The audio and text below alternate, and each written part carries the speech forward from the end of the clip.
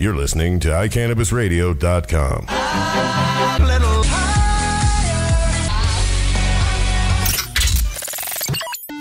Hi, you're listening to my mom, Georgia Edson, on iCannabisRadio.com.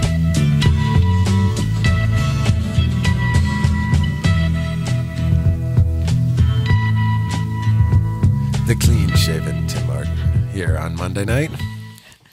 Hi, that was the clean-shaven Warren Edson here on Monday night. Not really.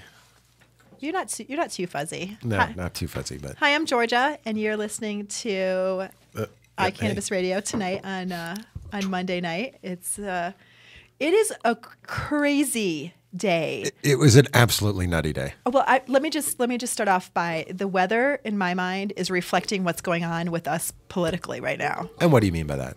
It is windy and blustery and crazy. It was like 70 degrees at 1 o'clock in the afternoon, and the skies were bright blue, and people were walking around in flip-flops and tank tops. And 8.5 to 12 inches of snow by tomorrow morning. 8.5 to 12 inches of snow by tomorrow. No, Sam's like, yes. Seriously, that's on a number of levels. It's already started raining. We're going to get some rain. We're going to get some rain physically, and we're going to get some rain psychologically if our state and local governments can't figure out what the heck they want to do with marijuana legalization. Well, holy crap, before we get to the insanity that is Massachusetts and get it right from the front lines and Michael Cutler out of Boston, we're broadcasting here out of Colorado, and today was wild and wacky. We started the afternoon with the joint 64 committee meeting for the last time. Yep. And they basically decided that they've decided nothing, and then kind of washed all the recommendations down the toilet, and in a move that at least I applaud, and I do not reflect the opinions of iCannabis Radio, yada, yada, yada. You've all heard the disclaimers. Stuck it to vertical integration. Now, I want to remind those who are doing too much of a happy dance that these are not the final rules, and this still has to be voted on by the House and the Senate and all that fun stuff, and it'll get tweaked 47 times. Right. But for most of us who expected vertical integration, forced vertical integration, and for those of you out of state, that means we're having the retail stores be forced to own their grows and grow 70% of their weed. That bid it today and will not be the recommendation of the Joint Task Force. So that's I applaud that. So can I just do? Can I be that person right now? The person that says. First of all, that's the door. we wondered if we could hear the front door, and those were two little dogs screaming. So hopefully somebody will let Matt Brown in. Yeah. I just feel a little bit of a need to do an I told you so. I hate to be that person, but can I just do it? You can't yet, though, well, because we're not even close. What was refreshing was to hear some of the senators say, hey, you guys maybe met a whole lot of time and you spent all this time, but, I don't think I have enough information. And I'm hearing, because there was some repeated language that they were hearing from people that they didn't favor forced VI. And so that was refreshing, both that people spoke up and that they listened. So my I told you so wasn't specifically about vertical integration. It's more about the process of what happens when you have a task force and subcommittees and those kinds of things that are then bringing information back to a larger group. 25 people and then 125 people under them. Yes. It works well. Right.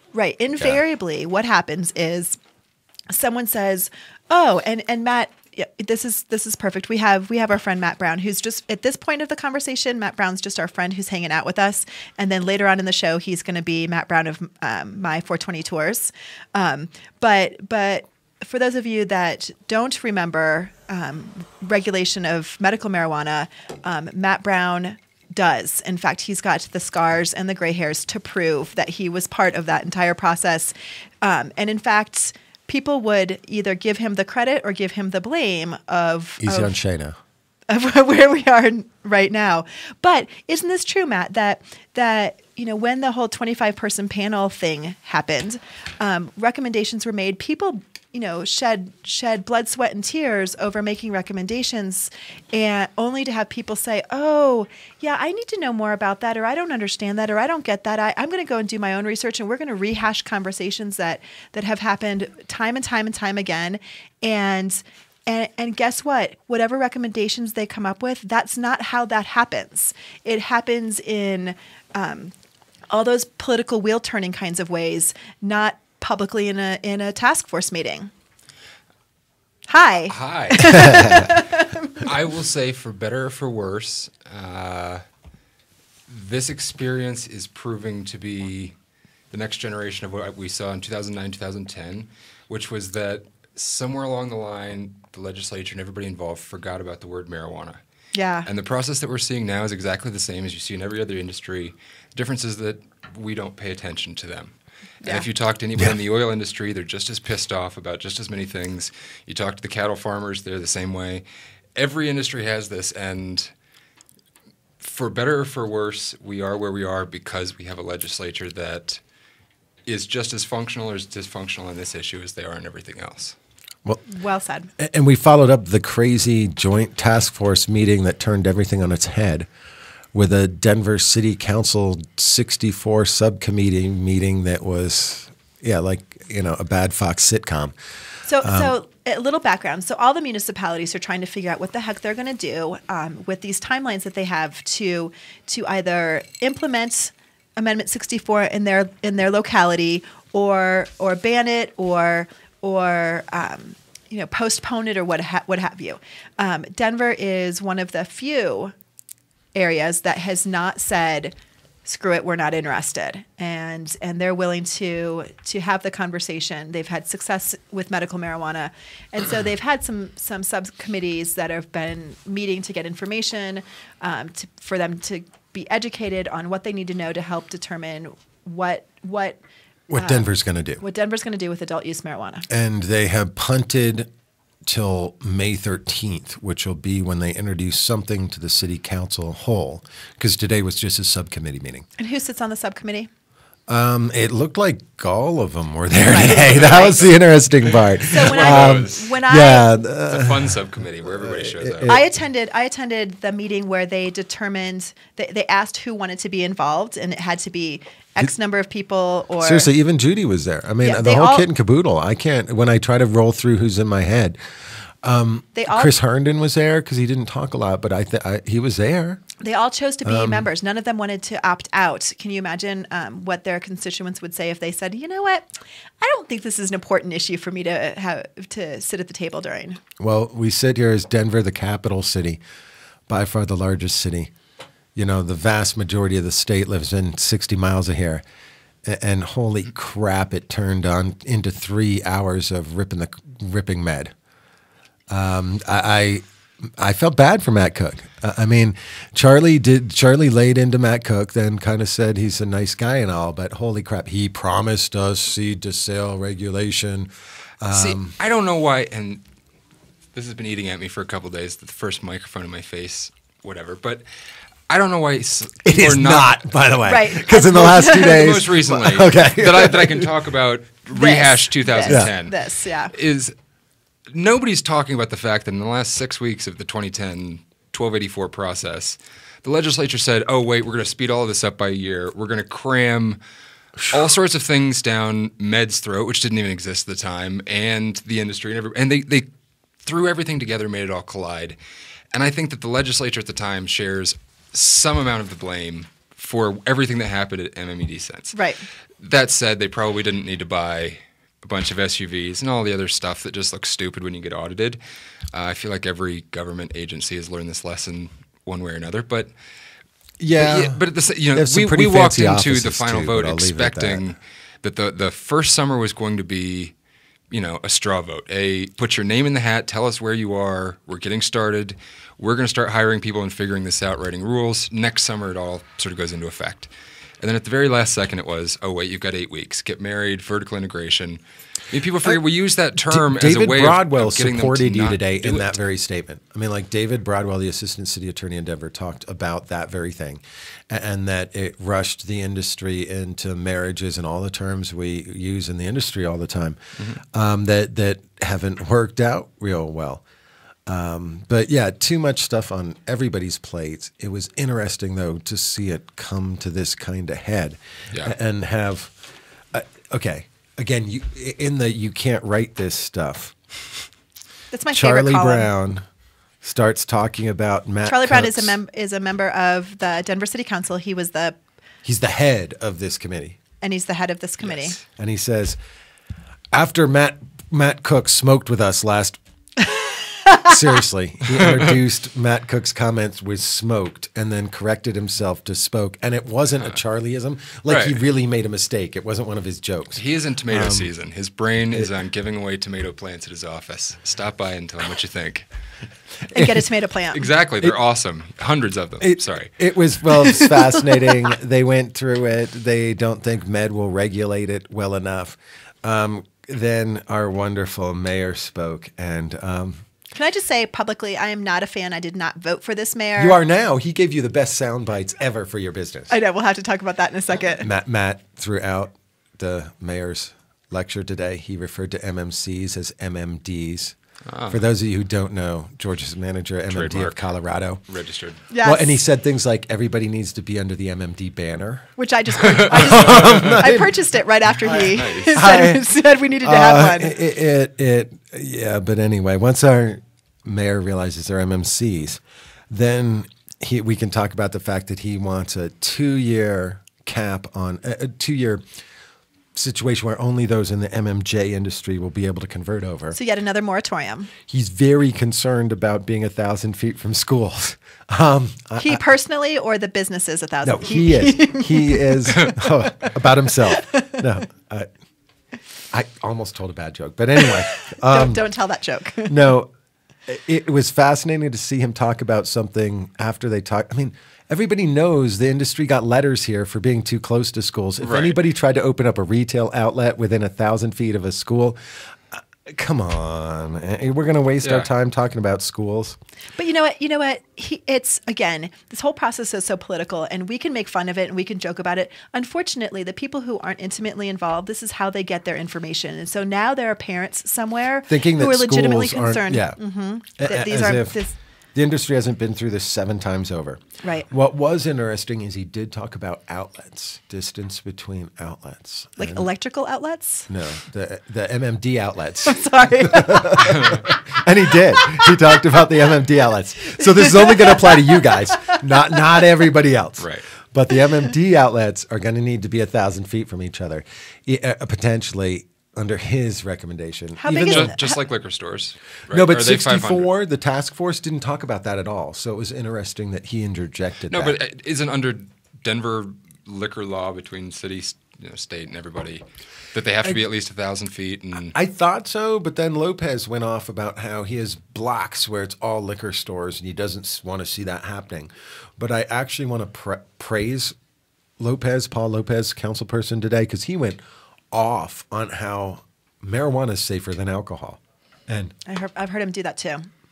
well, and I've been doing my part, and when I have been talking to national reporters as part of my 420 tours and all of our great media exposure, I have said over and over that the joke almost is, when you see a Denver Post story about an MMC robbed, it's like got 3 $7 pipes, $12 out of the donation jar for whatever charity. Nothing really gets stolen, and we don't even hear the liquor store robbings anymore. well, I think it was Susan Sussman today who made some joke about how the banks are cash business as well, because the mayor talked about how it was really bad that they deal in cash. But before we get on to Massachusetts and that fun stuff, mayor was heavy duty on no public consumption and kept talking about parks. We want to Red Rocks? as a public Civic service Center? announcement, we want to remind all our listeners that in the city and county of Denver, public consumption is punishable by a $100 fine plus court costs plus 16 hours community service plus up to 15 days in county jail. Yes, county jail. You heard me right. And the city is very openly threatening that unless you take a plea to the entire fine, costs, and community service.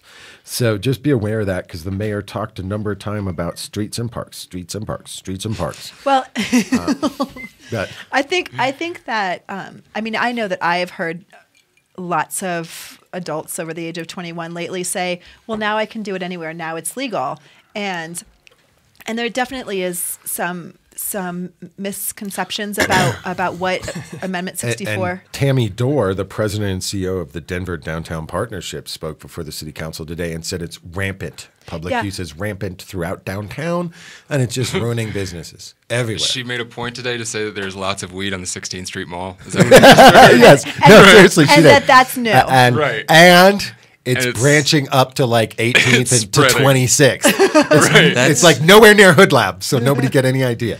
Well, But, the other thing is, This is a South Park episode, I Right. swear to God. seriously, right, it was we're today. writing it right now. Meanwhile, That's not a- when Matt Cook smoked with us. I mean, spoke to us. That's not an out there. Am I on? Yeah. Yeah, you are. We can hear you. That's too. why Mike's always complaining about these headphones because you really can't hear yourself in I know, this right? microphone. It's not that far fetched to say that there is a lot more cannabis smoking towards downtown and in that area than there is in other places. There's a lot of people downtown.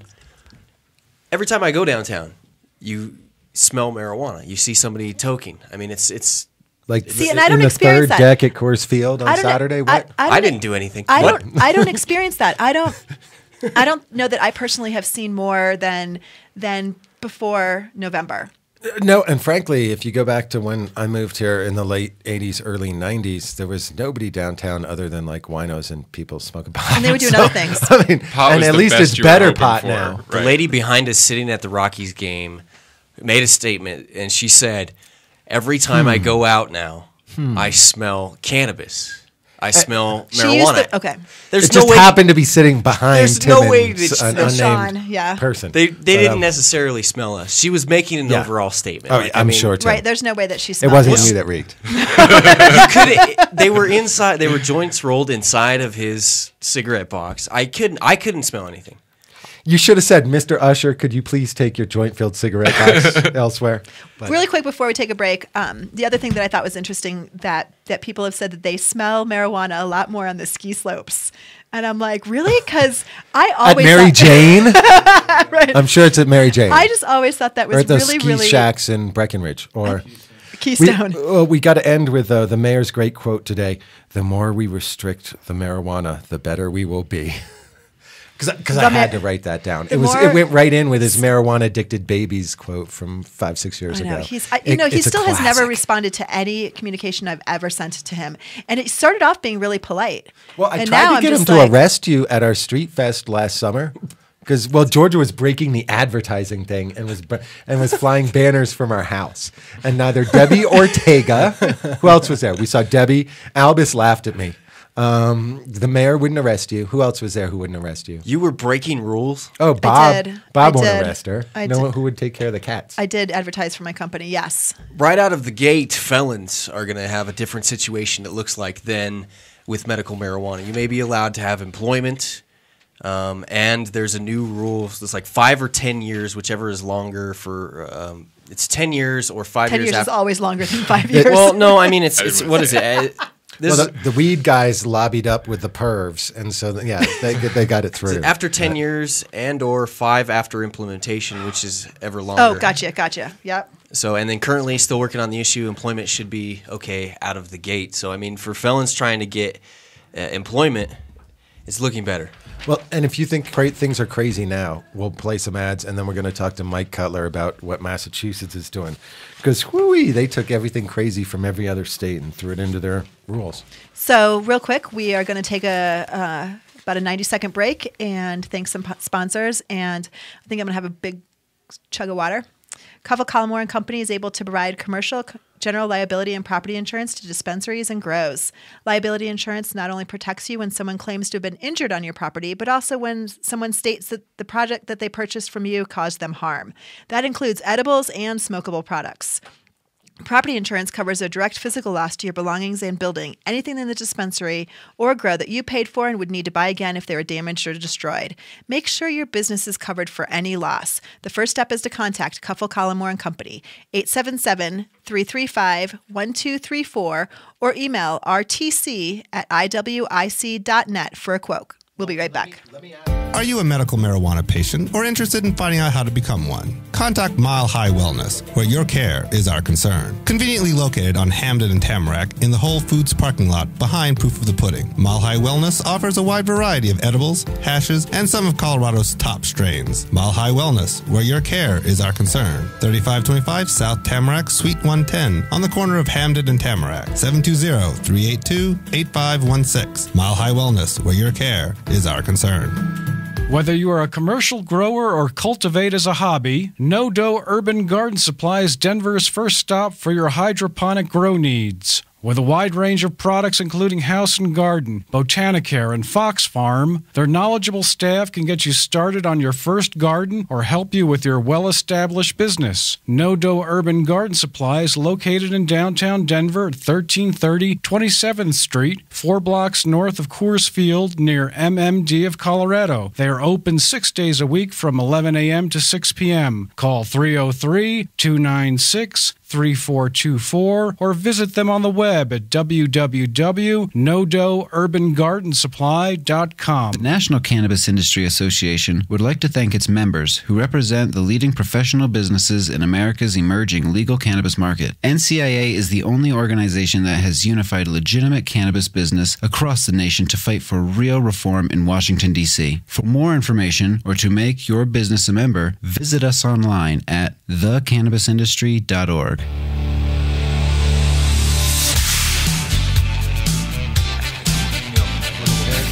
Welcome back.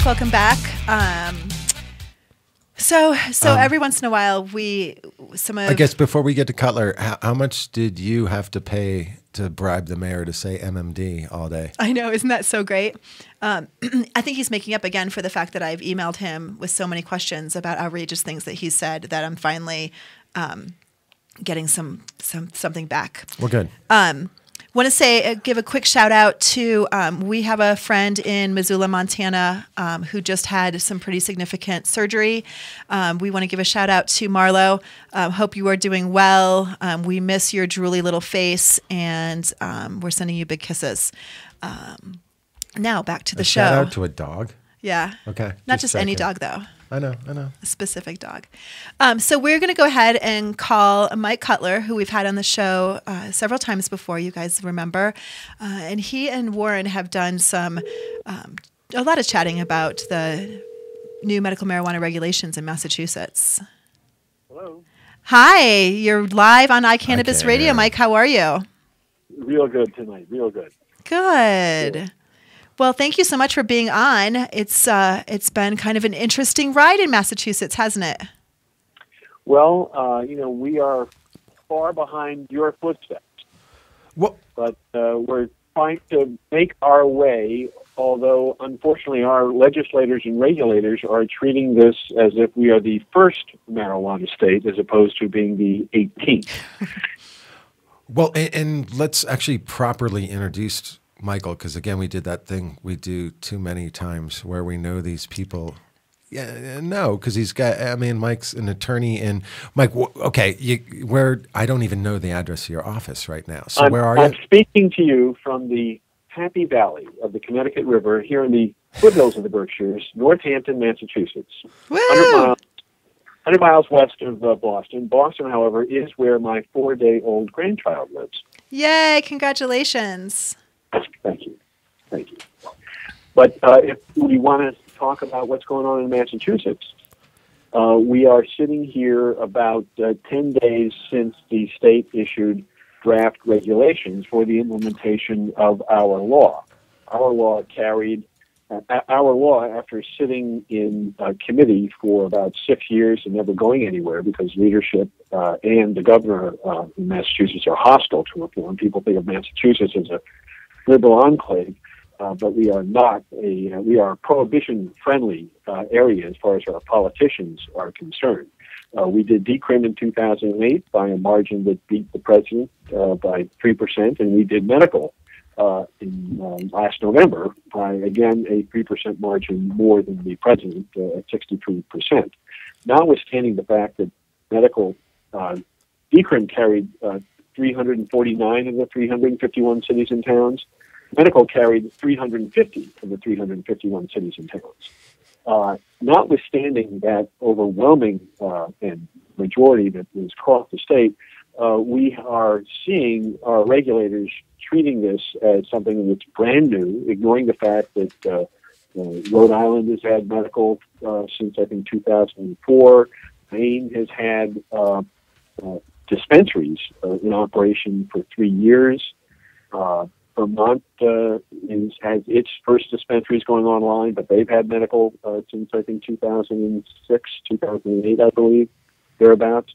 So we're somewhat slow to the dance. Our friend Mark Sisti in New Hampshire, where they have voted out medical marijuana twice, only to have the last governor veto it twice.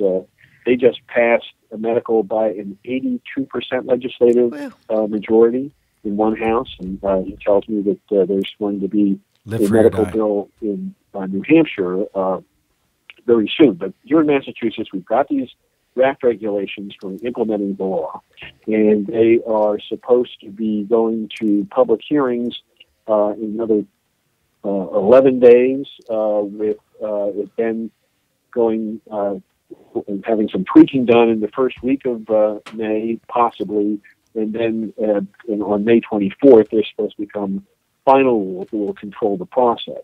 Let me just give you sort of an overview of what the statute said, and then an overview of what the regulations say. Great. The statute said... Hey, before you start, Mike, we got to warn you Sure. that we have Matt Brown here as well. The evil Matt Brown, arguably one of the architects at 1284 and 1043 here, are rules. And so if somebody kicks in, it's going to be Matt going, oh, my God. But anyway. We're just warning you for an oh, my God. Well, our initiative petition, our statute was drafted by not exactly by grassroots activists here in Massachusetts, but drafted by some national grassroots Careful activists. now. And I'm the one in trouble, not you. Exactly. But with regard to the law, it set up a caregiver system for self-growing or for designated caregivers for certified patients. But it set it up such that those caregivers would no longer be legal as of the time that the dispensaries opened. But the drafters of the law recognized that although the law set up dispensaries to open as early as the beginning of 2014, as we've seen in virtually every single other state that has gone to a dispensary model, it's been about 3 years between the time of the passage of the law and the actual opening of the dispensaries. So the idea was that caregivers would provide medicine to patients during the interim period of time without a statewide registration process, but on a sort of an of-right system by simply registering with the Department of Public Health that they existed and were providing medicine for a designated patient. That was, in the words of the statute, all that you needed to do to become a caregiver. Another unique aspect of the initiative was that there were no caps on the number of patients that a caregiver can grow for. So that seemed to be a clear mandate to provide medicine to patients immediately. And I know of a number of caregivers who are growing for 10, 20 patients already. And then once the dispensaries opened, caregiver operations outside, cultivation outside of the dispensaries were supposed to be permissible only in extreme hardships. And then the other aspect of the law was that there were going to be 35 dispensaries, no more than 35 dispensaries statewide in the first year, one in every county. There are 14 counties in Massachusetts, and yes, Georgia and Warren, Nantucket will have its own dispensary. Yay! For all 9,000 people there. And then there would be a cap on no more than 5 dispensaries in any given county. So Boston, Suffolk County, and Middlesex would clearly be having 5. Middlesex being the most populous county in the state, where Cambridge and Framingham and Lowell are located. In Boston, those two areas would have 5 each, maximum, as they built out. Now, the regulations have issues, and I can describe the good things about the regulations really quickly. First of all, while there was some thought when the regs were announced at listening sessions, the topics that they were going to go into, that they would be getting into messing around with what kinds of illnesses or conditions could qualify for the medicine. The regulations ended up not really cutting back on what the initiative said were the permissible conditions. Under our initiative, we have 8 named conditions, serious conditions: cancer, AIDS, Hep C, hepatitis C, a number of other conditions, unfortunately not including PTSD, but we had an or any other condition that a doctor certified as being, the magic word here is debilitating. Debilitating doesn't have it's not a word of art from a medicine or from a legal standpoint. Right. But what the regulations did do in a good way is, first of all, they didn't impose any greater barrier to be a doctor to do certification for patients, other than to say that beginning in 6 months, you're going to have to take a 2 continuing medical education credit course in cannabis medicine. And 2 hours in 1 year is not a big requirement, and doctors have to take CMU's CME unit education anyway. So do we get to throw those breakfasts? Do we get to send our doctors to buy them breakfast and schmooze and get them their 2 CMEs? I guess that would work for me. We actually have Mark Ware from Montreal coming down to deliver a lecture, a piece of a program that Dick Evans and I are co-chairing at Suffolk University Law School, the first statewide conference on medical marijuana that's going to be on April 26th in Boston. But and Mark is coming down to... And Michael, where can we find out more information about that conference? Good question. I can give you a web address. Where's your kid when you need him? It's www.law.suffolk, SUFFOLK.edu, and that's the headline. If you go for a medical marijuana conference off of that, I'm sure you'll get to the course detail on that program. But the point is that they didn't interfere too much with the doctor. They didn't require specialists to do this. They just required the CMU requirement. And for guidance to doctors who are feeling a little nervous about going with another condition that isn't at the cancer, ALS, AIDS level of debilitation, they reference the type of disability law, major life function criteria that most doctors are familiar with. So that by giving a familiar form of reference, we're going to hopefully encourage doctors to participate rather than sit on their stethoscopes, whatever they sit on when they're not writing certifications for qualified people. And you had to like the part about, I mean, for us in Colorado who have to deal with a 6-plant recommendation, 2 ounces for patients, it was nice to see a 60-day supply defined as 10 ounces. Is that correct? That is correct. 5 ounces a month. And the other good thing about the regs is it gives a doctor permission or the authority to grant an exemption and allow more medicine. Okay. So I am now done describing. I was going to say, is there anything else? Well, I kind of like the stuff about, there was some education stuff. Now, granted, that can cut either way, but wasn't there stuff about funding education or not? Well, there is patient education, and there's also a mandate for people who are financial hardship eligible, which is like 135% of the, like $14,000 a year and low for a single person, for having an entitlement to discounted medicine. So there is a requirement that the consumer have poor consumers, financially needy consumers have a right of access. So that's another good thing. So you might understand that understand that there is no home cultivation because this extreme needy. Because let me translate for Coloradoans. Okay. What we have is MMCs, meaning medical marijuana centers, are called MMTCs in Massachusetts, and MMTHCs. MMTCs. MMTCs. Yeah. MMTHCs. No, MMTCs. And each patient is allowed 1. and they can change MMTCs every 120 days.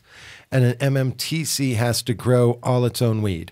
And there doesn't appear to be much of wiggle room for wholesale between MMTCs. And so you better like your MMTC. I'm sorry. There's one wholesale provision.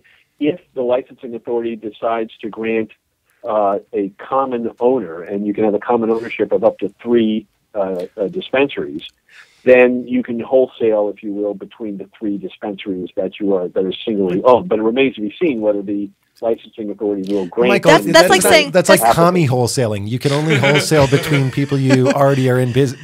That's like saying Warren in my checkbook. Like I can write a check and he can write a check, but it really comes from the same account. Yes, no, I mean, yes, that's true. But we also have. But the point that Warren's also making is we do have vertical integration mandated. Notwithstanding there being no warrant for that in the law. But go ahead, Warren. Well, and that just, to clear for Coloradoans, because we are in a constant state of bitching about 70-30, meaning you have to, grow 70% of what you retail and you can only wholesale 30%. And now, we're hearing about your system, which is pretty much 100-0. And with patients being forced to pick one place and not able to change. And then, damn, that poor place has to cough up $500,000 in escrow. Yes, and it's a 2-step process where you get screened from the first round to get permitted to get into the second round of applications for the dispensary license, and to get just into the first round, you have to post the $500,000 escrow. That's not necessarily money that goes to the state. It's simply your working capital fund.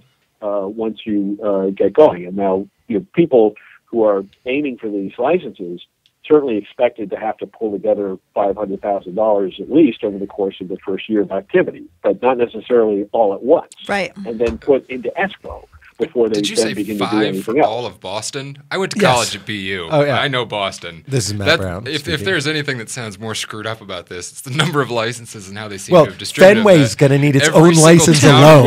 Like the Red Sox fans are going to be like, oh, Jesus. I lived there, Kenmore Square. I bought a lot lot of weed in that area. Of They're going to need more than 5 for Boston. Well, yeah, and you have to grow your own, and if someone if you run out, you can't purchase from anyone unless you have another store that you have common ownership with, and then again, my checkbook, your checkbook. They use our wonderful term caregiver that we use, and then they stick it to them, and they can only help one person.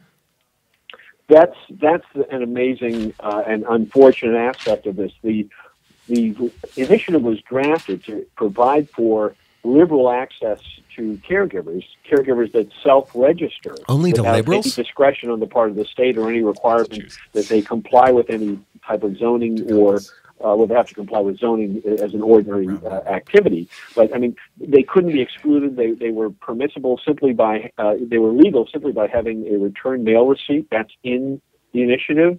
And out of whole cloth, with no legal justification, no legal authority in the initiative, the regulators have come up with a cap on all caregivers that they can not grow for more than one patient, although a patient can designate 2 caregivers. Yeah, except that doesn't a patient also have to meet the hardship requirements? And granted, when there are no MMTCs, it's easy to meet the hardship requirement. But that's exactly right. But once they're MMTCs, until the MMTCs open, everyone's got a hardship. Yeah, and if Matt, if the MMTC delivers, then you lose the ability to grow yourself or to designate a caregiver. But only if they deliver, though? Not like Arizona, where if they just move into the neighborhood, you're done? Only if they deliver. Do you think any of them aren't going to deliver? Oh, that's a good point. Delivery makes sense. We're gonna have to take a quick break, and then we'll come back and we'll finish up this discussion. Mike, hold on the line. You're listening to iCannabis Radio, and we'll be right back. The law offices of Edson, Maton, and Matz provide criminal defense, medical marijuana defense, and advice about setting up and running medical marijuana centers, optional premises cultivation operations, and infused product manufacturing businesses throughout Colorado. With offices in Denver and Aspen, we can offer assistance throughout the entire state of Colorado. Give us a call at 303-831-8188. That's 303-831-8188. Or visit us online at warrenedson.com. High up in the Rocky Rockies is beautiful Frisco, Colorado. Medical Marijuana of the Rockies is a medical marijuana center with compassion for Colorado's medical patients. Looking for great meds grown organically in soil? You've come to the right place. Medical Marijuana of the Rockies is just off I-70 at exit 203. Check them out at the web at www.mmrockies.com. Their ever-changing strain and clone selection is updated on the website daily. When making a trip to the mountains, no matter the season, stop by Medical Marijuana of the Rockies. Make sure you say you heard about them on iCannabis Radio. You can call 970-668-MEDS to get more information. Medical Marijuana of the Rockies, your mountain source for meds. Hi, you're listening to my mom, Georgia Edson, on iCannabisRadio.com.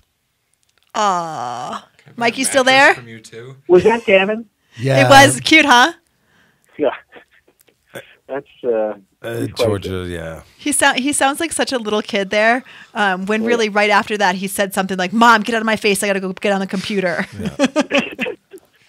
Something along those lines. Okay, so we had a really brief discussion, Mike, about the things that are really wonderful about the regulations, and now we're talking through some of the more confusing things about the regulations. Actually, Mike, these are just recommendations. When do they become finalized?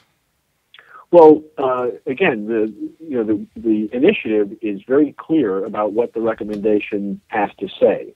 Fortunately, the regulations don't really get too much in the way of doing that. Doctors are writing certifications right now. There's one or two doctor shops, doc in the boxes type places that have 5-week waiting lists. There are other doctors in a variety of places. And you can be a caregiver until these MMTCs start sprouting up and offering delivery, right? Well, what people are doing with their certifications right now is they're either growing for themselves using the self-certification, self-registration process that the initiative provides for, or they are designated caregivers, and caregivers are growing for them, and they're doing it as a delivery service. So that now, if someone had issues with Massachusetts Commonwealth law enforcement, how do they get in touch with you? They can contact us through Evans Cutler, EvansCutler.com, Evans Cutler, and it seems to me that my telephone number is 413-584-5111. And you haven't been kicked out of Normal yet, right? So you're still on NLC. Yes, I am. So they can find you there under Find a Lawyer. National Legal Committee website, normal.org. Look up under lawyers, and in Massachusetts is where I am, I guess. And that's the way to find me. Thank you very much. And we're advising caregivers that the regulations that limit their access to patients are not a legal basis for the issuance of a criminal complaint. That regulators can't gin up out of whole cloth a limitation on a legal right that exists in the statute. So for those people that are caregivers and are looking for either some advice, or if they get pinched and are looking for some defense, you can get to me either through the website Normal or through the EvansCutler.com site as well. Thank you. Dude, you just so dated yourself with pinched, but I'll leave it at that. Just don't now talk about the New York Pinner or whatever. But anyway. So next month, Mike, we're going to have you back on, and we're going to talk about the final rules, what went in, what didn't, and then what's going to happen next. Does that sound good? That sounds great. May 24th is the target date, but anything can happen. Thank you so much, Georgia. Warren, good to be with you as always. As always, Mike. And best to you both. And congratulations on the new grandbaby. That's super exciting. Indeed it is. I keep forgetting that. Yeah, so we've been talking to Mike Cutler, and we're going to, talk about like switching gears. This is, our transmission just fell out because we just talked about the compromising and controlling regulations that is what's going on in Massachusetts. And now we're going to talk about this, I think I said magical wonderland called Colorado. This magical wonderland. But we're going to hear it from the regulators. I know the irony of it. But I think I said something earlier today about how these are the best vacations legalization can buy, and so we're sitting here with Matt Brown from My 420 Tours, and whoopsie, and some random operator. I have heard. So first of all, give us a little bit of a background in you and how you are involved in the world of cannabis, and then how on earth you started this wonderful new company. How we got to be here. Why we are here in 10 today. seconds or less. Please. No.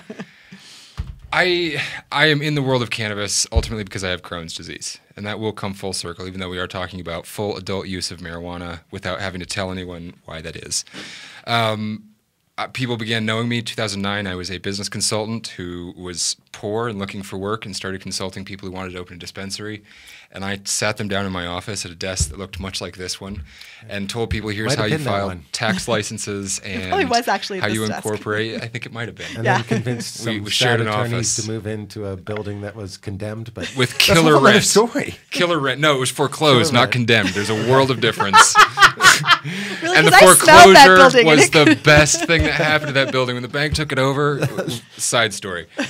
So we launched the businesses. I was asked then to help write the rules. I got the incredible opportunity to sit down and see government firsthand, front lines, with Senator Romer and Representative Massey, and then eventually Matt Cook.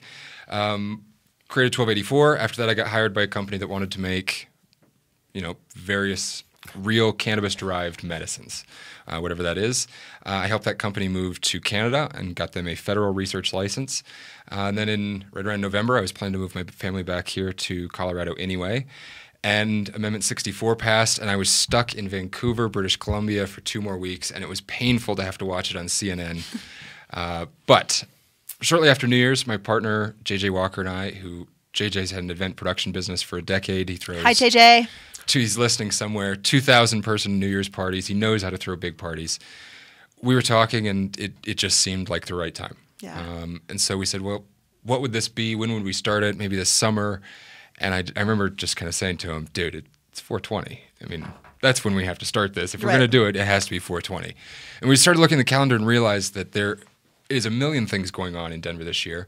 And since then, I've figured out that everybody outside of the state, people inside the state, media coverage, everybody just knows something special is going to happen in Denver on the first 420 after legalization passed. They don't know what. They don't know what to expect. I think everybody thinks more good than bad, but there's just this anticipation that is incredibly electric and exciting.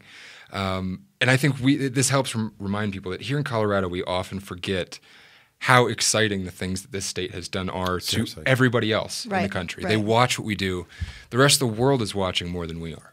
So we put together this trip. We said, all right, well, if you were from Massachusetts or New York or somewhere on the East Coast, you weren't used to Colorado and marijuana. Well, Matt, we need to pay the bills. So before you get into the dirty details, let's break for ads. There's dirty details. Well, about awesome what happens when you come out here. Well, I guess you're gonna have to scalp a ticket too, because it's kind of we are sold out. Yeah, we'll tell you about the exciting tours after Rosales. One quick break. Maybe. Have you heard of Coloradans for Cannabis Patient Rights? Do you know we are Colorado's only medical cannabis assistance program? With our team of sponsors, we offer a comprehensive sliding fee scale for medical cannabis patients on low and fixed incomes. For a list of sponsors, please visit us at www.c4cpr.org or leave a message at 719-271-8430. Also, join us on Facebook, Coloradans for Cannabis Patient Rights. Let's face it, rules and regulations are complicated, especially in the field of medical marijuana. Let Medical Marijuana 101 help you get through the compliance process. We can also explain to you your employment requirements, your employees, and your business. But our work doesn't stop there. Our experience in cultivation ranges from the design of grow rooms to the diagnosis and resolution of grow problems. Visit us at www.medicalmarijuana101.com or call 303-388-7706. That's 303-388-7706. Are you a runner? Are you a runner who supports marijuana legalization? Run on Grass is a group of athletes actively seeking to change our marijuana laws. We speak the truth about cannabis, bringing the message through our feet to new ears. Check out runongrass.com to find out more about us, our events, and how to join up or how to sponsor a runner. If you're in the Denver area, please join us for runs or start a group in your area. Running not your thing? Any sport can do it on grass. runongrass.com.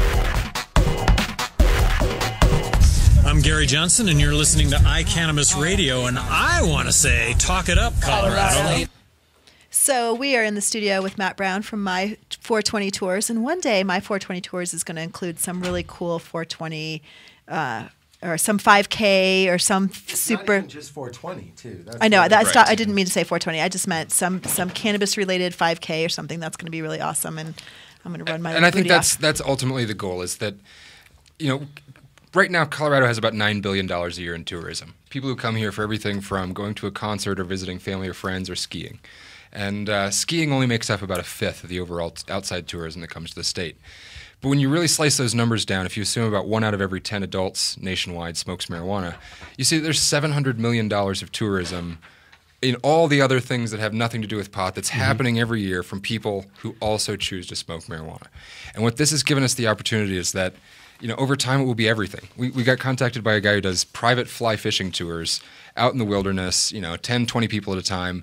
He really wants to put together special tours for people who like pot. And I actually, after giving a lot of interviews, we got an email feedback from a woman who described herself as a little old lady from Florida who cannot wait for when we put together a medical tour at a bed and breakfast for old people. And she wants to be number one on the list. I was going to say, it wasn't my mom, was it? Yeah. And everything in between. We'd love to have the city council from some of these towns out in Massachusetts come and talk to the Denver City Council and see what really has happened here in the last 3 years. Or, go out to Ouray, go wherever it is that you want and talk to the people here in Colorado that have done that. So, we're not so much something special. We haven't invented anything magic, but what we are is the first company that says, if you're going to come visit Colorado and you prefer marijuana, we will put together a package that you're going to love. Well, and so the official 420 trip is full, right? Completely sold out. Okay. Yeah, we actually sold all but the last 10 before the first real national media hit. Can you give listeners an idea of when the Can I stop for just a second? Because you just said it wasn't something very special. I mean, sorry, baby. I think it is really special because they heard me say no. Because she just keeps talking. I do, because technically, I know it's my show to do that. But I think I think what's special about it is, and we say this on the show all the time. We are so insulated in Colorado, and we forget that outside our state's boundaries, there are people who were so excited to be here. Weed is still illegal in our boundaries too, but I won't get into that. Right. Well, I see I'm with you, Georgia. Thank you. Shut up, Warren. I said this too, and I can't go all Corey. I totally with, forget to remind everybody of right. the laws. With John Ingle at the very beginning, I said this reminds me of the opportunity of when I first got licensed as a patient. We didn't have dispensaries. It was 2007. I was growing for myself, and I'd never grown pot before. I was never a weed dealer. I smoked it from after high school on. But it was the first time to really get involved with the plant. And I had roommates in the house. I owned the house, had a little small 10 by 10 grow in the basement. And my roommate, actually from Massachusetts, had the most friends who would come visit. And they would come out, and I would take them on a guided tour downstairs of a 10 by 10 room with a single 1,000-watt light and a few of my plants. But I had signs on the door. I had copies of Colorado, the Amendment 20, my license. I had all sorts of rules made up that didn't exist even at the time. And I would bring them down, and before I'd walk them in, I'd say, Colorado gives me this right. I can do this as long as I follow these rules. And in return, if you come down here and try to steal something or act like an asshole and take my pot, I can call the police and report that you are stealing my medical marijuana, and they will have to come arrest you. We'd all get a chuckle, and I would take them out, and then I would just show them something that they'd never seen before. They'd never seen a plant under an indoor light growing like that, and we would explain, here's this one, and I did all my own breeding, had all my own strains. And so we'd spend probably 20 minutes down there and go upstairs. And no matter what else they did on their trip to Colorado, time and time again, we would hear, as soon as they'd go back, they would tell all their friends, sure. Oh my God, you have to go out. You have to see the 100 square foot, one light room in Matt's basement, because they'd never even thought about something like that. And the idea that it was kind of sort of legal, or, mostly legal if you follow the state rules. Mostly legal. And so that's what we've got now with Amendment 64 is anybody in Colorado can bring anybody else from outside the state in. Who's over 21. Who's over 21, thank you. Who's willing to follow the rules that we have and say, go be a responsible adult and do everything that you enjoy doing in Colorado with marijuana too. But not publicly. Right. So this particular Sprinkling on our parade. package, right? Yes. Tell us about this particular package that is now sold out. Yes. So for World Cannabis Week, the kickoff, we have 2 packages. There's a weekend package, 3-day, Friday, Saturday, Sunday, and then the full. There was exactly, and then a 5-day Wednesday through Sunday. For the people who come in on Wednesday, we pick you up at the airport. We have transportation. Really, the first thing that my partner and I, and Warren can attest to this, we talked to him very early in the process. The big thing that we wanted was to cover transportation. We didn't want to bring people in and say, rent a car, go drive around a strange city, and then drop a gallon-sized bag of weed on their lap and say, have fun in Colorado. That's not what we wanted to do. Land in Kansas and have to drive all the way in. So many problems. And so we pick them up at the airport. We have a limo company contracted for everybody who comes in. We'll get you to the airport. Wednesday, Thursday, Friday, we have private 420 happy hour parties. They get you to the airport. Actually, they'll get you from the airport to the hotel. Yes. They might. But yes. Anyway. Come in on all day Thursday and most of Friday. We have workshops. So we have a cannabis cooking class at an actual cooking school, a professional facility. We have a hash making class showing, here's what oils. Here, when you see earwax hash, what you've probably never heard of. Here's not only what it is, but how it's made. Here is, a dry extracted hash. All those things. Show them cultivation classes. Have them be able to talk to a grower, learn really about the plant and different sativas, indicas, the strains. So we have all those classes set up. Starting Friday night, the entertainment for 420 weekend gets going.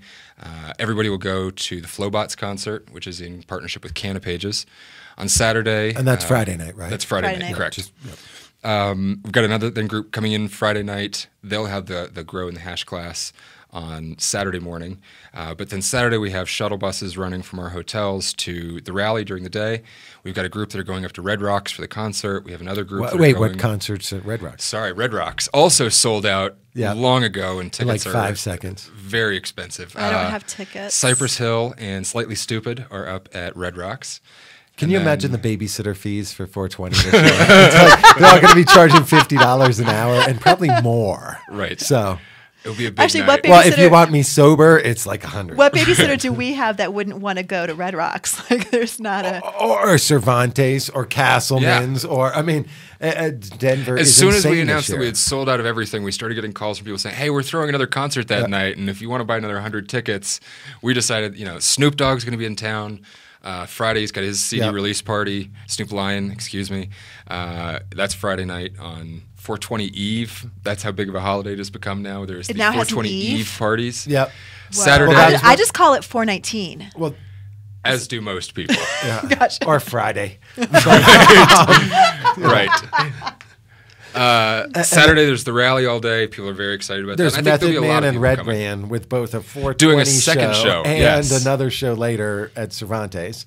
Yep. And there's... Do not pick the Snickers is all I have to say. Barrington Levy. Yep, we'll be at Castleman's that night. And then, like we said at Red Rocks, we got... Did we even tell people that it's Cypress Hill? Yeah, he said Cypress and Slightly Stupid. He said that, absolutely. Okay, so... And the High Times Cannabis Cup, obviously. All weekend long. Saturday, we're taking all of our people. Sunday, we have bus, again, transportation there. So all of you folks are staying at one hotel, multiple hotels? We have large blocks at 2 hotels. They prefer that we not say their name. But they have given us private balconies and said ahead of time, we understand this is legal and let's work together. We would love to have the business when we're booking up half of their hotel. You can tell us off the air because we'll support any of them In what we have right now, though, too, so for out-of-state visitors, none of our medical marijuana centers can sell directly to you. Correct. People, average Joe citizen can give you up to an ounce. So my guess, no sales. No remuneration. I get that M in there. But, my understanding is that throughout this process, there'll be Colorado growers who will come in and describe what they have and potentially share with folks. Right. And we've actually gone so far as to even follow all of the proposed rules for how much tourists would be able to buy at the future adult-only stores. So you have an eighth limit. An eighth limit, but it's really more like a gram or two. And this is very much modeled off of Napa Valley. And I joke with every reporter who calls, and I say, show me one person who has ever told their friends, I'm so excited I'm going to Napa Valley on vacation, and I really got to make sure I pack 3 bottles of wine before we go. Right. It's not how it works. Yeah. You just know you're going to get there. And what we've done is create a series of events where you will be surrounded by people who have and are willing to share either their knowledge or the product in their pocket. I love it. And not bring beer not buy when you it. go to Napa. Right. Now, tell me this: demographics of your patrons. Yes. Are I'm going to guess. I'm just going to make a guess. Please guess. 35-year-old males. Older. 14 to 18. I was surprised. I probably would have guessed the same, if not slightly younger. I was guessing predominantly tri-state area, East Coast, because flights are like $250 round trip from New York. Wall Street guys who live in a completely illegal state. I've been surprised. I would say the average is probably closer to 40 to 45. Nice. More of a 60-40 male-female split. Nice. I have Couples? noticed lots of them. Isn't We that only kind get of some. tour. It We is not know that kind of tour. how many tickets are on an order. We know when they're coming to the airport, Yeah. but I don't necessarily know. I Okay. can say that the VIP packages, which were 5-day, including the Red Rocks concert, almost all of those sold in pairs, and they would pick up a hotel room, which makes me think probably some sort of a couple. So a surprising number of couples. We have one bachelor party. We have a guy coming from New Zealand Whoa. exclusively for this. He is flying here for no other reason than to come to Colorado. Anybody getting for World married? Cannabis Because Week. when we went to the Rapids game, there were people getting married. This is only their first event. So you gotta Hey, give them maybe the time. magic will strike during Maybe the it might. I don't know. But we do have some guys coming from, I believe, I will just say a very non-marijuana friendly state who would prefer to spend their bachelor party in Denver than in Vegas. I think that's Yep. fantastic. That's I have to awesome. say that I know it's going to be successful, so I don't want you to come back to talk about this success because that's obvious. Thank you. I want you to come back and talk about upcoming events, kinds of things that you guys have in mind. Even if you haven't planned it, those kinds of things. But I also want to know. I want to know what your demographic turns out to be. Yeah. Because the first thing that I think people probably thought of is, it's just going to be a bunch of 20-year-old stoner guys. But the price point's not there. That's not who it's the geared cheapest towards. ticket is $500. Yeah. And that's before your hotel and for the most part before your airfare in. So you're looking at people who, on less than 60 days notice, could drop $2,000 on vacation because they were an adult and wanted to take a vacation. The same way that somebody would and say, you know what, let's go to Mexico, screw it, or let's wherever. These are not long-haired, dirty hippies scraping together money out of the couch cushions to come on a week And this trip. is taking away from that stereotype. Again, people have the stereotype of who cares about legalization. These people aren't the stereotype. But we also just kind of did that because we just went through an interview with Matt where we emphasized smoking and getting stuff and this and that. When in fact, there's going to be tours of grows that are now world-class grows. There's going to be tours Positively. of retail centers that rival those in Amsterdam, if not exceed them. There's going to be potential lab tours. I mean, this is actually information as well as just kind of hanging out. That's and a really time. good point. And you can't I love see it. this if you are not a patient. I mean, even if someone is just a Colorado resident and is not a patient, we will be able to bring them in, follow all the rules under 1284. They will wear a guest again, badge and be on legally. camera. Legally, exactly. And say, this is what's behind the magic curtain. It's something I really wish we could have done more in 2009, 2010 to Yeah. sort of show the public this is what's behind that scary door with the neon sign with the pot leaf. But we can really bring the public in and bring people in from out of state and out of the country.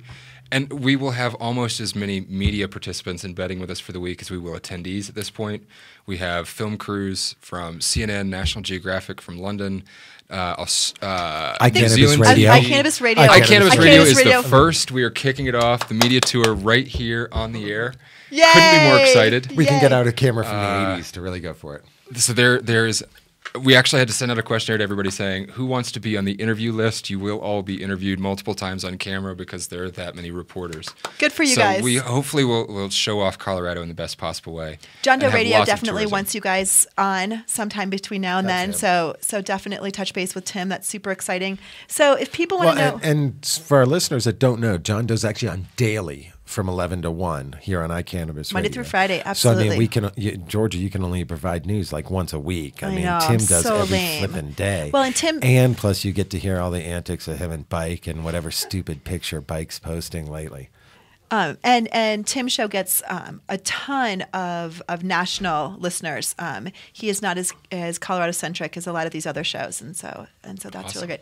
So if people are curious about what's going on, what's the best way for them to follow my 420 tours? If you go to worldcannabisweek.com or my420tours.com, either way, right on the homepage, there's a very simple form. Put in your name, your email address. We'll keep you posted. I want to be posted. We are. Then you have to yes. go to the page and fill out the form. Oh, it's not just okay just It's to very say He's not it. going to do it for you. Say it It will in take JJ you might mere if you catch him on the seconds. right day. But yes, we have, tons of interest. So we're putting together tours. Our plan is as soon as we get through 420, certainly learn what we learn. This is the first one. It's the inaugural one. But we have a lot of ideas, everything from small medical groups up in the mountains to more of these big concerts and entertainment events, and really be doing this all year long. We want to be constantly showing off everything that makes Colorado, Colorado. That sounds fantastic. Yep. Matt Brown, it's been a pleasure. I'm so As excited. always. Thank you. As Great always. to be here. Thank you very much for having me. My 420 Tours, World Cannabis Week. This is how it's going to be. 10 years from now, this is going to be just normal. Yeah, I'm really excited. You've been listening to iCannabis Radio. Thank you guys so much for joining us tonight. I want to thank our guests, Smile High Wellness, Nodo Urban Garden Supply, Cuffle Collimore and Company, Edson Maton and Mats, Medical Marijuana of the Rockies, Medical Marijuana 101, and Run on Grass. We have an exciting rest of our week.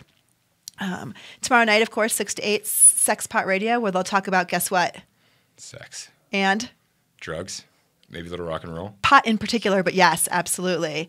Thursday from 4 to 5 p.m., we have the Hemp Connoisseur magazine with David. He'll be on. It'll be amazing. He does a fantastic education. Wait, because I heard rumors. Oh, a rumor. That the Dab Boys, are we going to see a return of iDab iDab Radio? Because I'm hearing rumors. I'm hearing rumors too, and we're figuring out when and how and where. And so iDab Radio is looking like they're So if you know the coming back. boys, give Dan DeSalle's shit. It's time to come back. And of course, Monday through Friday, as we talked about, John Doe Radio, 11 a.m. to 1 p.m., Monday through Friday. Of course, Mondays in the afternoon is In the Lab with Jennifer Murray from Can Lab and Jill Amaro from Americans for Safe Access. Can you turn Tim on? Because did we have a winner? Yeah, there was a winner from D.C.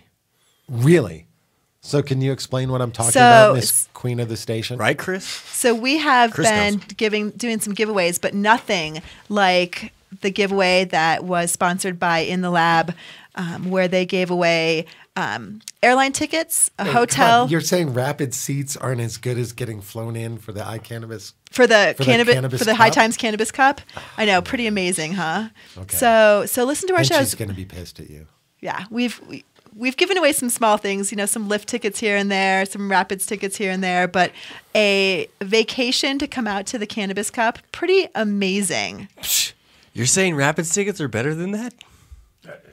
I mean, okay, I understand your position with the crew, so I'll let that slide, but at the same time, what are you talking about? Well, no, I mean, at the point we had airfare and hotel, I mean, Jen and those ladies put together a package that was unreal. Fantastic. So you got to keep listening because we're going to have more exciting giveaways. Maybe we'll hook up with my 420 Tours. No, we're going to have more Rapids tickets. I know. More likely than that, we're going to have Rapids tickets. Maybe some baseball tickets too. Well, we did give away great baseball seats. We did so, give hey away. now. We did give away. So of course I will be back next week at 7 p.m. and next. Promise or threat? Well, it kind of depends. I mean, most people would think it's a promise. Yeah. She's here for the promise, but the threat is available. Well, exactly. I read the review last week. Depends on how you look at that. But as always, it's been a pleasure. Thank you so much for listening to iCannabis Radio, and don't forget that we are going to be broadcasting live from the Cannabis Cup. Each of our shows. And where is that? At the Expo Center on Larimer and 20. No, way up there. It's like 32nd in Denver on the 20th and 21st. So come look for our booth. Come meet all of us. We'd love to see you as we broadcast live. And we couldn't do it without Chris and Sam. So we're really appreciative that they're willing to stay there for hours on end, which is really what it's going to be. I'll feed you. I mean, I won't cook, but I'll make sure Warren cooks. Hell, Chris. Sam got Rapids tickets. And so did Chris. Thank you so much for listening to always iCannabis does. Radio. We will be back next week on for my show. And don't forget to tune in to Tim tomorrow at 11. Good night.